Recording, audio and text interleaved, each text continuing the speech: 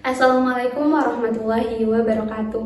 Perkenalkan, nama saya Ina Anggraini, Asisten Laboratorium Statistika Icopin University. Di video kali ini saya akan membahas salah satu software statistik yaitu RStudio.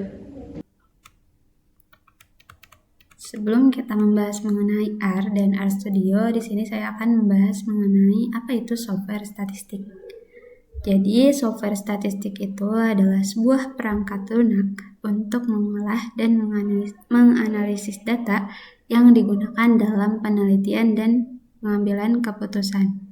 Nah, salah satu contoh dari software statistik itu sendiri yaitu ada SPSS, eViews, RStudio, dan masih banyak lainnya. Nah, di sini saya akan bahas mengenai apa itu R.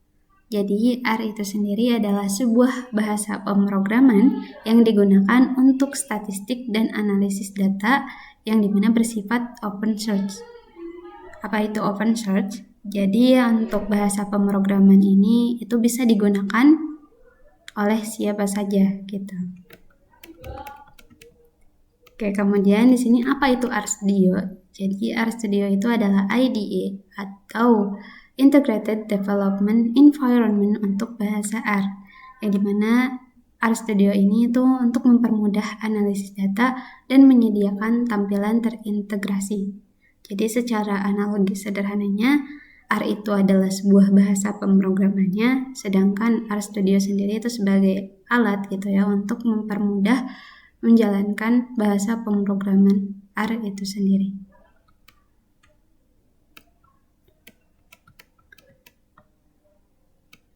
Baik, di sini saya akan membahas mengenai sejarah singkat dari R. Program R dikembangkan pada tahun 1993 oleh Ross IHK dan Robert Gentleman di University of Auckland, Selandia Baru. R dikembangkan sebagai pengembangan dari bahasa statistika S yang sebelumnya dibuat di Bell Laboratories oleh John Chambers. Nah, pada tahun 1995, R dirilis sebagai software open source sehingga dapat digunakan dan dikembangkan secara bebas oleh komunitas global. Sejak saat itu, R berkembang pesat dengan dukungan ribuan paket statistika yang tersedia melalui CRAN, Comprehensive R Archive Network. Nah, selain itu, kenapa software ini dinamakan R? Jadi, dinamakan R itu karena diambil dari huruf awal penemunya, yaitu Robert Gentleman dan Ross IHK. Oke, selanjutnya di sini ada keunggulan dari RStudio itu sendiri. Yang pertama tentunya gratis dan open source. Yang kedua itu bisa digunakan secara global. Yang ketiga mendukung banyak paket statistik. Yang keempat itu cocok untuk penelitian akademik. Baik, di sini kita langsung saja ke tampilan dari RStudio itu sendiri. Nah, jadi teman-teman, untuk tampilan R pada umumnya itu terdapat 4 bagian utama. Yang pertama, di sini di bagian kiri atas itu ada bagian script editor, yang dimana itu adalah tempat kita menulis dan menyimpan perintah yang akan kita jalankan gitu. Terus di sini yang kedua ada bagian konsol. Nah, bagian konsol sendiri itu adalah tempat mengeksekusi perintah yang akan kita jalankan dan menampilkan hasil penghitungan dari output script atau perintah yang kita jalankan di script editor gitu ya. Yang dimana untuk di konsol sendiri itu kita bisa langsung melakukan penghitungan sehingga menghasilkan output gitu secara langsung. Terus di sini ada bagian yang ketiga, yaitu ada environment. Bagian environment ini itu berfungsi untuk menampilkan data atau variabel yang sedang aktif. Kemudian selain itu environment itu juga untuk menyimpan gitu ya, menyimpan data dari perintah yang sebelumnya dijalankan gitu. Nah, kemudian di sini ada bagian yang keempat, yaitu ada bagian files, plot, package, help, viewer, presentation. Itu adalah tempat untuk mengelola file, terus untuk menampilkan grafik atau histogram, kemudian ada untuk menginstal paket, dan untuk mencari paket statistik, kemudian ada untuk meminta bantuan. Misal ketika bingung, kita mencari suatu informasi, kita bisa menggunakan bagian ini gitu ya, ke bagian help. Nah, misal kita akan mencari min itu apa sih? Jadi di sini tuh udah tertera gitu ya, nanti muncul min itu apa, ada deskripsinya, kemudian penggunaannya, argumennya, serta ada referensinya.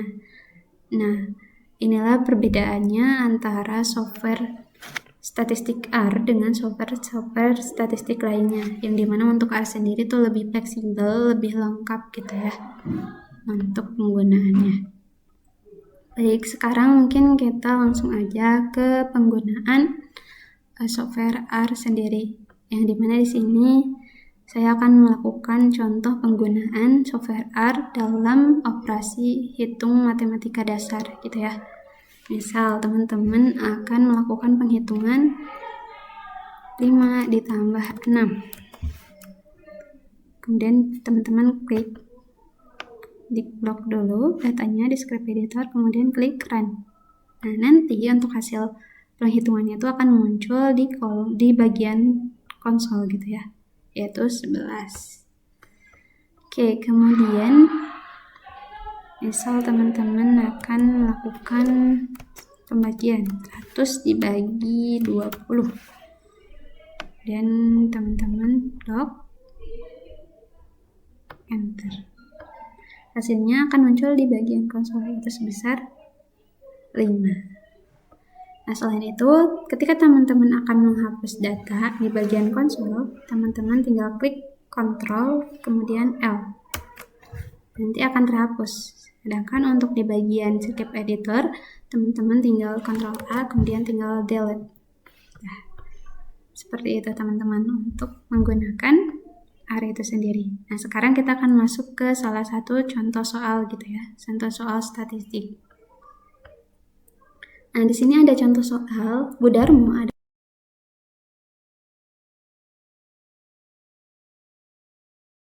nasabah perharinya.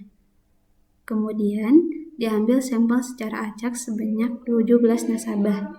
Diperoleh data sebagai berikut, di mana satuannya itu dalam jutaan rupiah ya. Nah, di sini datanya sudah tertera, kemudian perintahnya hitunglah. Yang pertama itu rentang, varian, simpangan baku atau standar deviasi, dan yang terakhir itu ada koefisien variasi. Sekarang kita blok aja ya untuk contoh soalnya. Kita paste di script editor.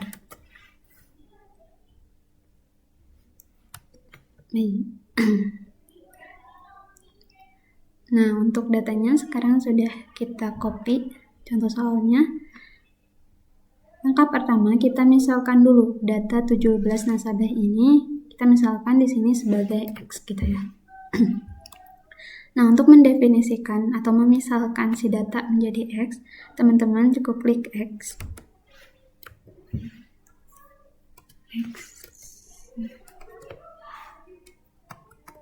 Oke, kita pakai X kecil aja ya. X, kemudian kita tanda panah atau klik kurang dari, kemudian strip. Nah, di mana di sini itu untuk menginput si datanya ya. Kita memakai fungsi C atau fungsi combine. Dan kurung buka, kita masukkan datanya 20,45, 30, 22, 23, 32, 37, 49, 30, 21, 29, 33, 43, 54, 18, 35, 24. Nah, kemudian teman-teman cukup klik enter. Ini kita panggil lagi si X-nya. Apakah itu sudah kita misalkan sebagai X? Nah, di sini berarti sudah terbukti ya bahwa ketika kita memanggil X, maka akan muncul datanya sebanyak 17 data tadi yang kita input. Nah, kemudian di sini saya langsung melakukan penghitungan di kolom konsol aja ya, biar langsung dieksekusi. Tapi teman-teman bisa juga menggunakan di script editor. Tapi kelebihan dari script editor itu teman-teman bisa melakukan edit data. Misal nanti ada data yang salah.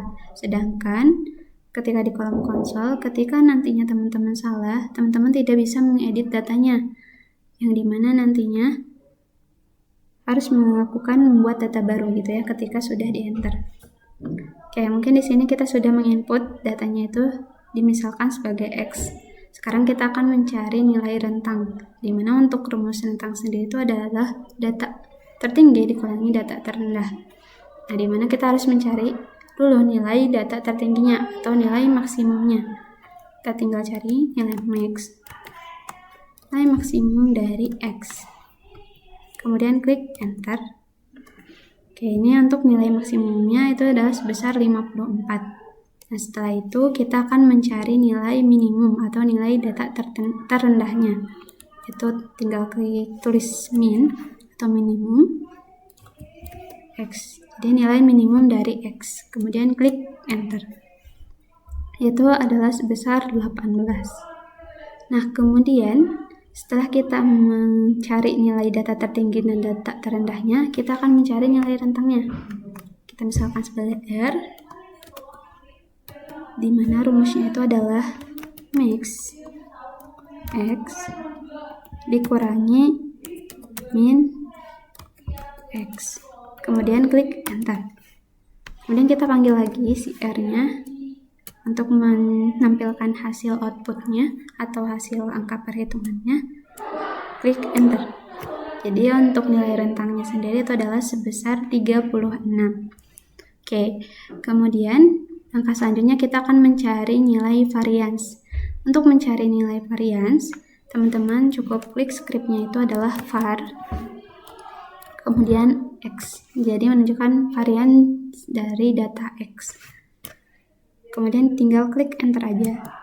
Itu sebesar 113,8088